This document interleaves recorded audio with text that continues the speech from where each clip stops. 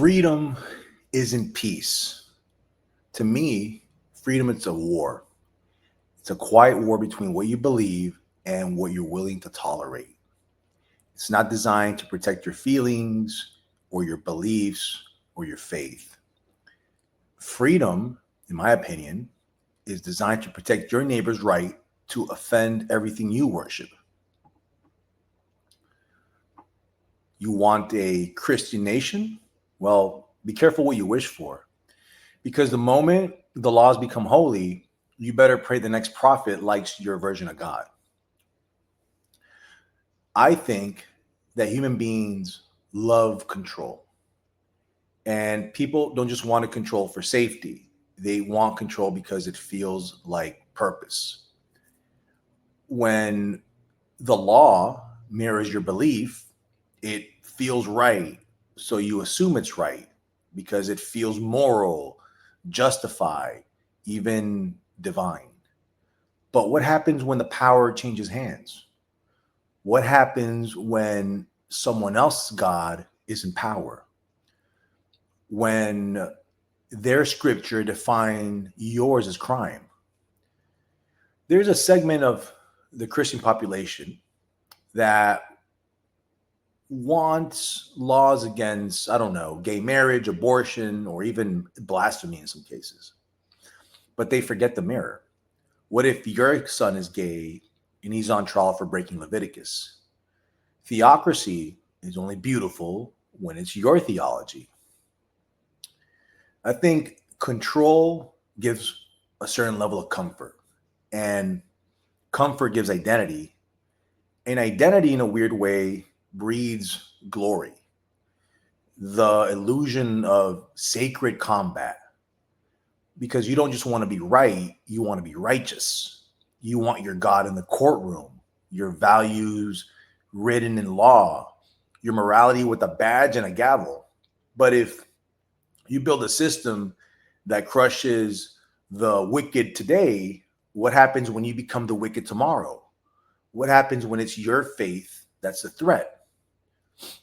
You can look at places like Iran or Afghanistan, where they have Sharia law, where blasphemy is a death sentence, where women are jailed for not covering their hair, when questioning the holy is punished as if it was treason, and they call it justice. But you call it tyranny because it's not your God or your beliefs. Now imagine the Bible was a constitution and your atheist friend is in court for speaking against it, or your neighbor's daughter is on trial for wearing the wrong clothes. That's not freedom. That's obedience in holy wrapping paper. And we could play thoughts experiments with this. What if my gods are Odin and Thor?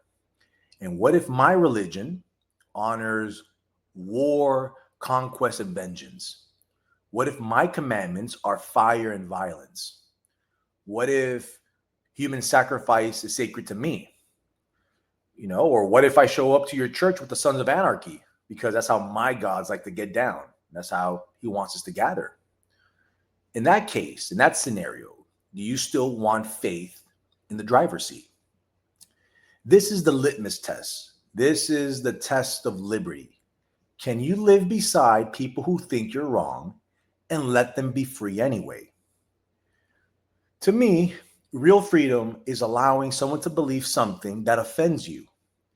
It's living in a society where blasphemy is legal, and real freedom is risking chaos so you don't build a cage.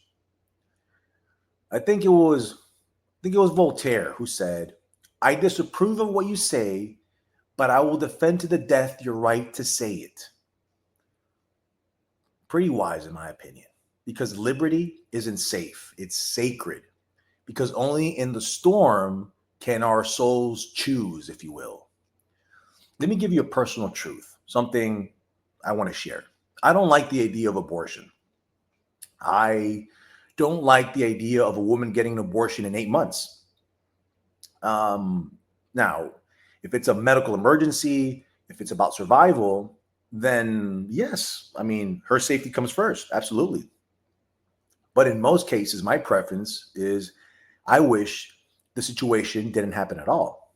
But I'm still pro choice because even if some people will choose abortion for shallow or callous reasons, I'd rather protect the right for the people facing circumstances I can never understand. Because again, freedom isn't about what I would choose, it's about protecting the ability of someone else to choose when it matters the most. It's the same reason I support the Second Amendment, the right to bear arms. Not because I love every gun owner or trust every single little trigger finger, but because to this disarming the innocent just to stop the few reckless, to me, is the fast track to tyranny. And freedom will always be misused by someone. So that doesn't mean we have to burn the whole house down. It means we learn to live with the risk because the alternative is to live without freedom. Humans crave order. We are architects of control. We build laws, borders, rituals, churches, flags, because the alternative is chaos. And chaos terrifies all of us. But here's the paradox: the more we try to control the world, the more freedom that we destroy in the process. We're trying to fight entropy. We build systems, but these systems become cages. We write laws to protect the sacred, but one day those laws only protect power. So the real question isn't what do you believe? The real question is who do you trust with the sword? Because the sword cuts both ways. And if you need the law to protect your God, you don't worship a God, you worship a cop. Freedom is ugly, freedom is hard, but freedom is necessary.